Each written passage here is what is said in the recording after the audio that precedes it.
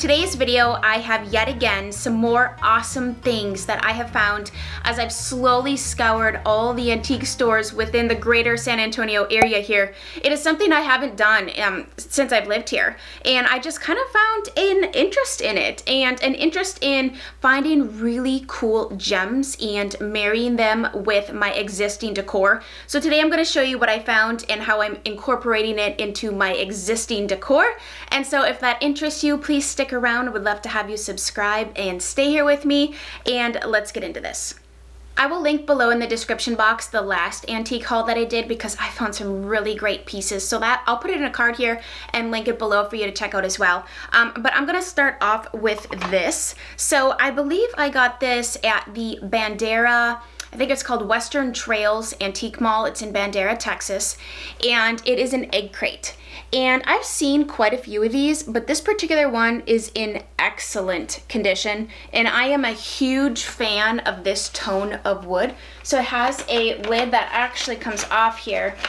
I have this displayed with some floral stems in it. I'm sure I'll come up with another idea down the road, but for now I just kind of stuck those in there. But I love this. I think it's really cute. Initially I thought maybe I could use it to elevate something up off of my floor, but now upon further inspection, seeing that it has a lid, I don't want it to bust. I think I'm just gonna kind of leave it the way that I have it. But oh my gosh, I think this is adorable. You could get some cartons and put like, there's so many different kinds of fake eggs that you could, you know, actually put in here to display it, kind of show what it was meant to be used for. But I fell in love with the shape and I love the slats. I just think it's really interesting.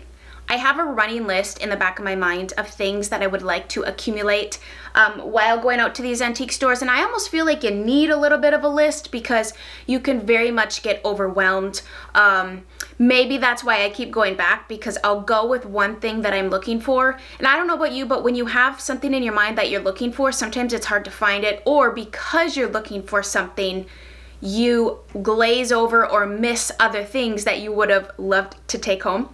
So I've been looking for crates, and did you know that actual old antique crates are a lot of money? They truly are.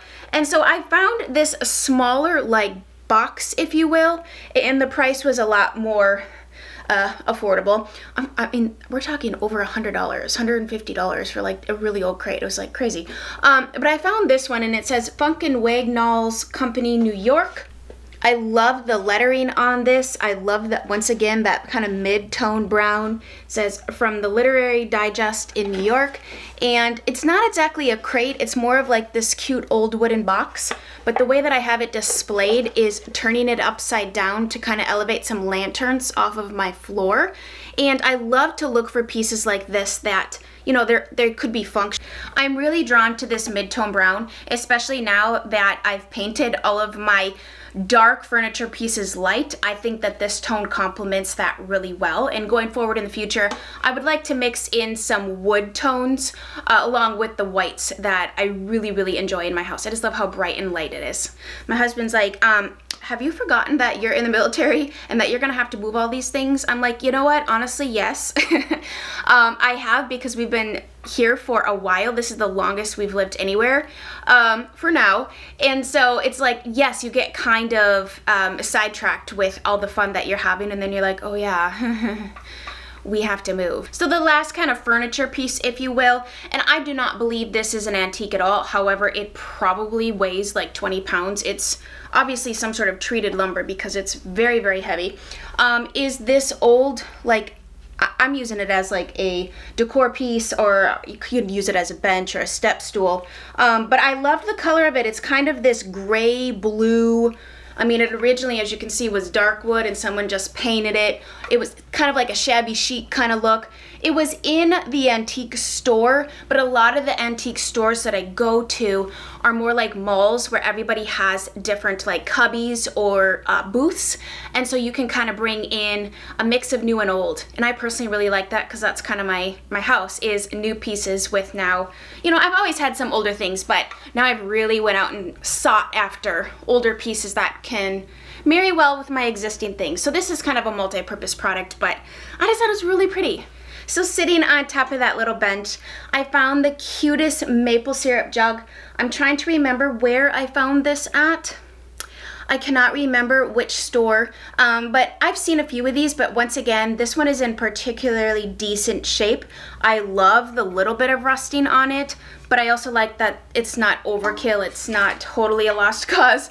But the tones of it were just really pretty, and just, I don't know, I thought it looked really cute on top of this bench. To think at one point that I had a bunch of these and just kind of got rid of them, I kind of cycle through styles, and I think that's just part of living. Like, you like this, and then as you get older, maybe things you used to be like, oh, I'll never like that, you you find yourself liking, or you just, I don't know.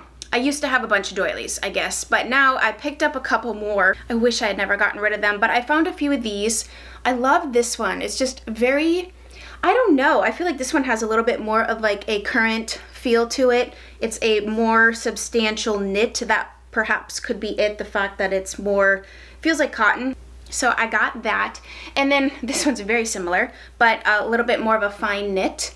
And the thing about these is you can kind of drape them over things if you need to add a little bit of texture, if you need to add a little bit of warmth. They don't have to just be, you know, something that you saw your grandma have.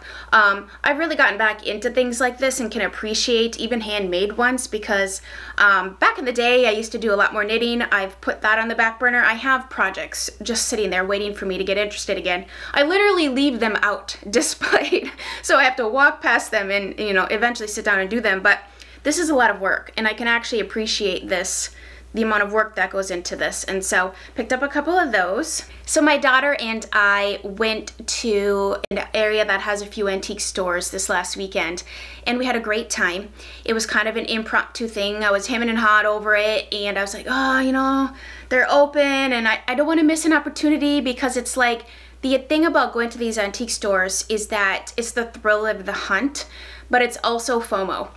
Like, I've never had FOMO before. You know, I've always been like, I'm fine, I don't care if you know what I mean? But now I'm like, if you're specifically looking for something, you're like, that might be the store I am going to find what I'm looking for. And so I'll insert some footage here, but it was really funny because we were outside and we went around a corner, and lo and behold, there was a pet pig eating grass, having some lunch. It was the funniest thing ever. So Chloe and I are at an antique store, and we walk around the corner, and there's a pet pig 10 feet away from me having some lunch. Oh my goodness, how cute. There was the cutest little she shed, and my daughter wanted to go in it. It was like this little playhouse kind of thing, and we got a cute little photo, but we did not full-on expect to see a pet pig just hanging out. I'm like, honey, it's not gonna hurt you, because she's never seen a pig up that close before. And then I looked off in the distance, and they had a bunch of chickens just kind of running around. They had like this restaurant right over here. It was just kind of a neat little experience. So anyways, I found a few things over in that area, and this is something I've been looking for, and I've seen several of these, but this particular one is perfect. It's like a little old spool. I love it. I love all the little hammer details. Once again, it's that medium toned wood that I'm really drawn to. You know, I painted a lot of my furniture because it was dark, and I went through a period where I really liked that dark color. But if you don't have a lot of lighter pieces to accent with the dark, I had too much dark. It was just like living in a cave. This isn't our forever home, so I realize, you know, like maybe the next place will be better, but at the same time, the things that I painted, they needed a facelift anyways. So that's the cool thing about buying real wood pieces, is you can always refinish it down the road. So picked this up, and then this was an item. I had gone to this antique store before, and I passed this up, and I could not stop thinking about it because I had a display in mind and I needed this. And so it's this little primitive scoop.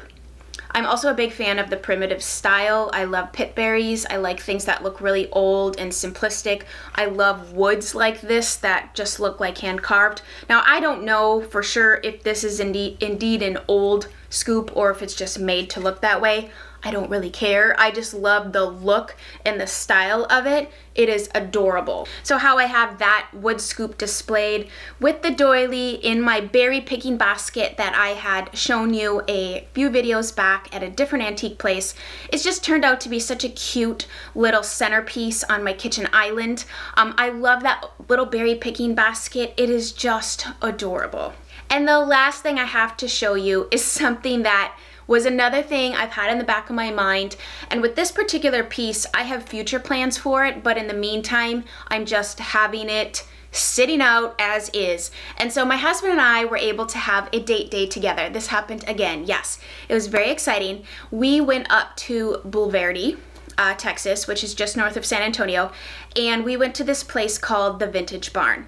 And this is a place where this guy, like, he's got all kinds of things that he refinishes. So he's got old things refinished mixed with some modern, mid-century modern pieces, some modern pieces, some very old things. Like, if you go to these antique stores, that you can find some really great things in amazing condition. And if I had space and if I wasn't continuing to move with this lifestyle, gosh, there's a few things I would for sure be taking home. I would have already had them, especially furniture. I found some amazing things, but I do have to bear in mind that I'm not staying put for a while yet. So anyways, one of the things that really caught my eye is that he had a ton of old whiskey barrels. And I don't know why, I've just always kind of wanted a whiskey barrel. I just feel like you can do so many things, like design-wise, style-wise with them, or you could just leave them as is.